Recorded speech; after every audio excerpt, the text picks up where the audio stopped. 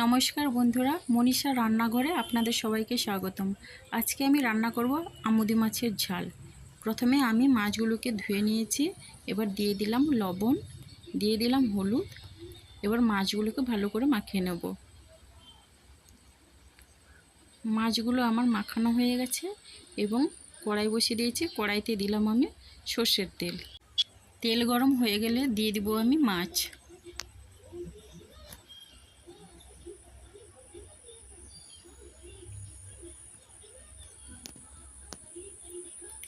মাছগুলো ভাজা হতে থাক, ততক্ষণে আমি মশলাটা করে নেব। মশলার জন্য দিলাম সাদা সর্ষে, দিলাম আমি গোটা জিরে, আর দিলাম কাঁচা লঙ্কা, আর দিয়ে দিলাম টমেটো। আপনারা চাইলে শুকনো লঙ্কা দিয়েও করতে পারেন। মশলাটা আমার হয়ে গেছে।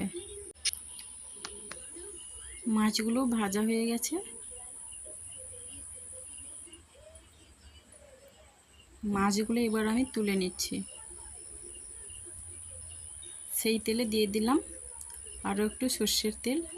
তেল গরম হয়ে গেলে এবার আমি দিয়ে দিব পাঁচফোড়ন। পাঁচফোড়নটা একটু লাল হয়ে গেছে। এবার দিলাম পেঁয়াজ কুচি।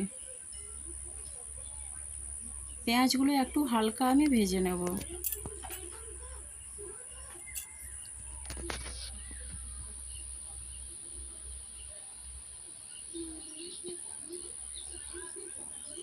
পেঁয়াজ ভাজা হয়ে গেলে দিয়ে দিব কেটে রাখা আলু বেগুন। বেগুনটা আমি কম দিয়েছি, আপনারা চাইলে বেশি করে বেগুন দিয়েও করতে পারেন। এই রেসিপিটা উচ্ছে আলু দিয়েও হয়। লবণ দিয়ে দিলাম, এরপরে দিয়ে দিলাম হলুদ গুঁড়ো।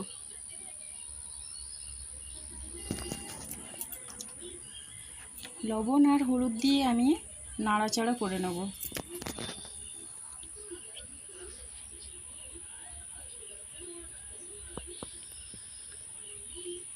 এরপরে আমি দিয়ে দিলাম বেটে রাখা মশলাগুলো।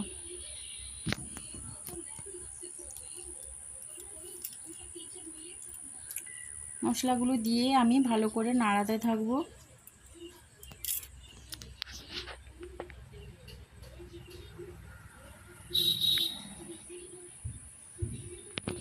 মশলা দিয়ে আলুগুলো ভালো করে ভাজা হয়ে গেছে।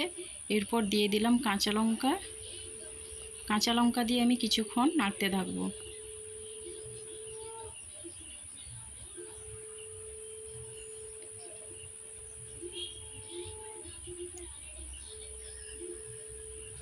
এরপরে দিয়ে দিলাম আমি জল। দারুণ লাগে এই রেসিপিটা, গরম ভাতের সঙ্গে একেবারে জমে যাবে। বন্ধুরা, আপনারা একবার চেষ্টা করে দেখবেন, দারুণ লাগে খেতে।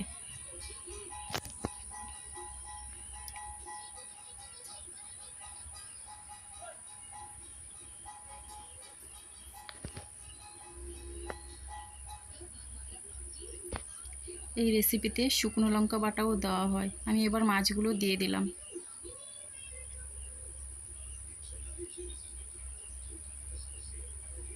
মাছগুলো দিয়ে আমি 5 মিনিটের জন্য ঢাকা দিলাম। 5 মিনিট পরে দেখুন বন্ধুরা, আমার রেসিপিটা হয়েই গেছে, মাছের ঝাল।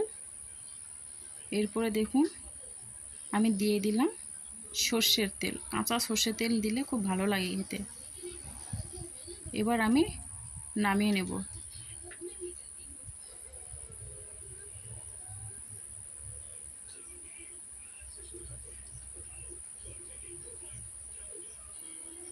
আমুদি মাছের গা মাখা ঝাল ঝাল খেতে খুব ভালো লাগবে।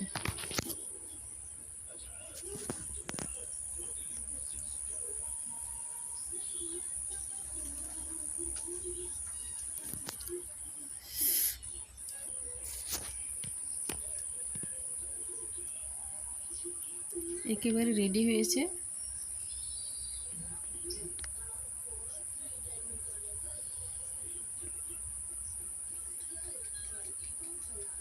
দেখতে কেমন হয়েছে বলবেন, প্লিজ কমেন্ট করবেন।